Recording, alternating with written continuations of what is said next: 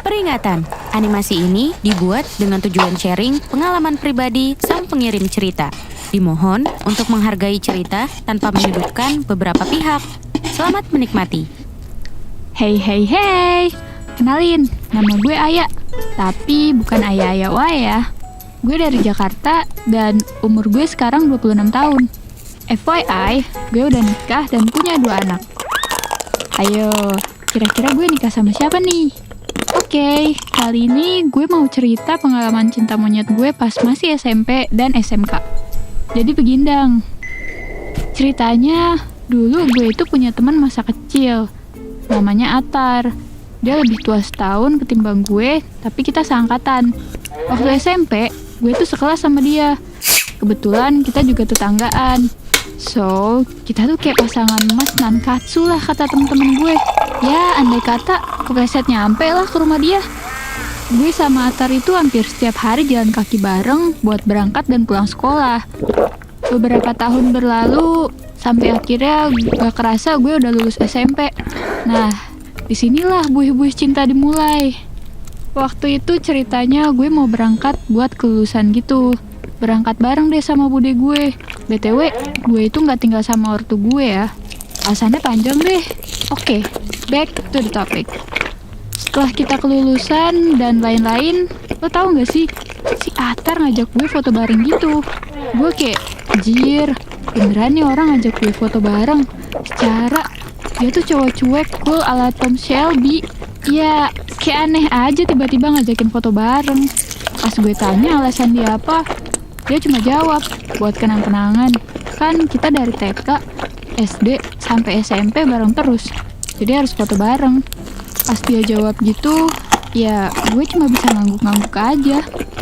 Nah, pas selesai foto, gue langsung cek kan hasil fotonya. Ternyata dia rangkul gue dong. Dan lebih kagetnya lagi, gue gak sadar. Gue otomatis langsung natap dia lama banget. Tapi dia dengan ekspresi muka datarnya itu cuma natap gue balik sambil senyum tipis-tipis. Terus pas kepala sekolah gue lagi pidato penutupan, gue ceritain lah semuanya ke Amel. Terus si Amel ngerespon gini, sebenarnya Atar suka sama lo kali, cuma gengsinya kegedean. Sama kayak di novel, cowoknya cuek banget ternyata suka. Akhirnya gue cuma ngebatin, anjir, ya kali dah. Setelah kelulusan, ternyata gue sama Atar masuk sekolah yang beda. Dia masuk SMA dan gue masuk SMK. Tapi ada tapinya nih. Sekolah kita itu tetanggaan. Emang kayaknya gue nggak bisa banget deh pisah sama tuh orang. Cihuy. Waktu itu ceritanya gue dijemput sama El. Dia nih kakak tingkat gue yang emang dari awal mos, nih orang udah minta nomor WhatsApp gue. Tapi gue mikirnya WA itu privacy. Apalagi gue sama dia baru banget kenal. Jadi gue kasih aja Instagram gue. So, awal-awal dia cuma DM gue, bilang, halo, ini El yang tadi. Dan cuman gue balas adanya. Bukan karena dia jelek, sumpah, bukan. Dia tuh ganteng, anaknya tinggi, terus anak eskul pramuka. Tapi gimana ya, gue gak suka aja. Masa tiba-tiba minta nomor WA? Kan bikin gue ilfeel. Ada yang sama gak sih kayak gue? Minimal basa-basi dulu lah baru minta nomor WA. Areh. Oh iya, waktu dia DM gue, minta biar dia yang jemput gue aja. Gue awalnya nolak, karena takut dikira dia pacar gue. Secara gue gak boleh pacaran sama orang rumah. Tapi dia maksa dong. Gue orangnya kan gak enakan ya.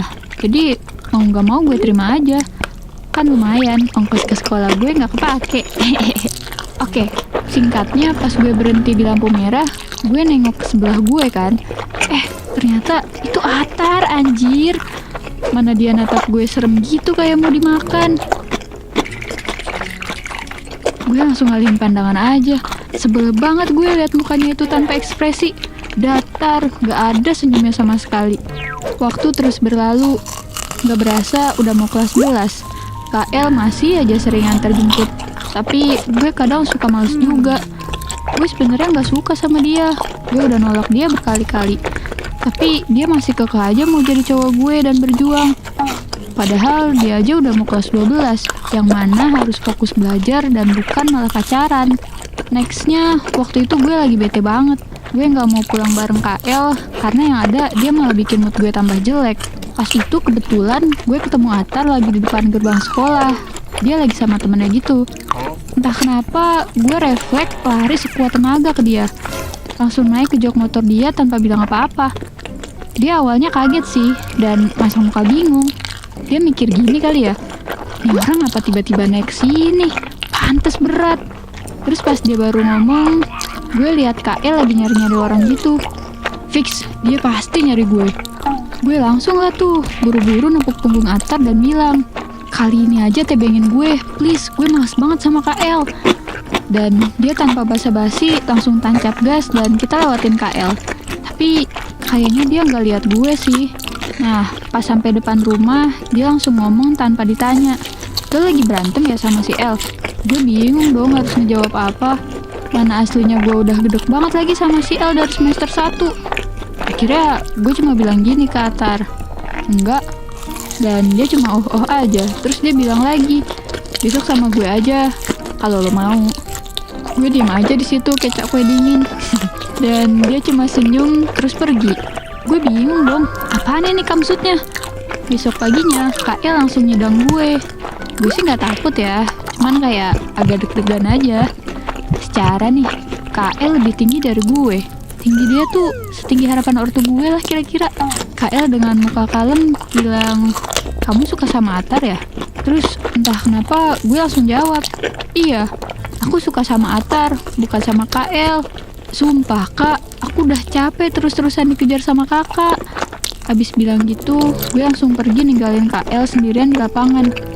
Intinya, setelah kejadian itu, KL bener-bener gak pernah lagi ngajak gue pulang bareng atau bahkan sekedar nasgor. Negor maksudnya, sorry. Sekalinya ketemu, ya kayak senyum terpaksa aja tanpa sapaan. Hampir tiap hari, gue selalu berangkat dan pulang bareng Atar. Sampai dimana, waktu itu gue dapet kabar kalau KL kecelakaan dan meninggal di tempat. Gue setelah dengar kabar itu nangis kenceng-kencengnya. Kayak, apa ya rasanya? Hancur deh perasaan gue. Anjir, gue nyesel bilang kata-kata yang bikin dia sakit hati. Gue mau minta maaf, tapi semuanya udah terlambat. Intinya setelah gue dapet kabar itu, gue langsung ninggalin pelajaran fisika, padahal saat itu lagi ada ulangan. Dan gue langsung ke rumah sakit detik itu juga bareng temen-temennya KL. Hati gue saat itu hancur banget. Masih gak nyangka KL meninggal. Gue ngerasa bersalah banget. Suasana hati gue jadi gak karuan. Kalau boleh jujur, selama beberapa hari gue mogok makan. Gue cuma makan apa yang gue mau makan. Kayak cuma roti sebiji atau kuaci. Yang penting gak bikin asam lambung gue naik. Terus mungkin aja orang rumah ngasih tahu ke Atar kalau gue mogok makan. Akhirnya Atar beliin gue martabak. Padahal ya dia tahu gue sukanya seblak. Cuma ya gak apa-apa sih. Gue juga suka martabak keju. Ya udah.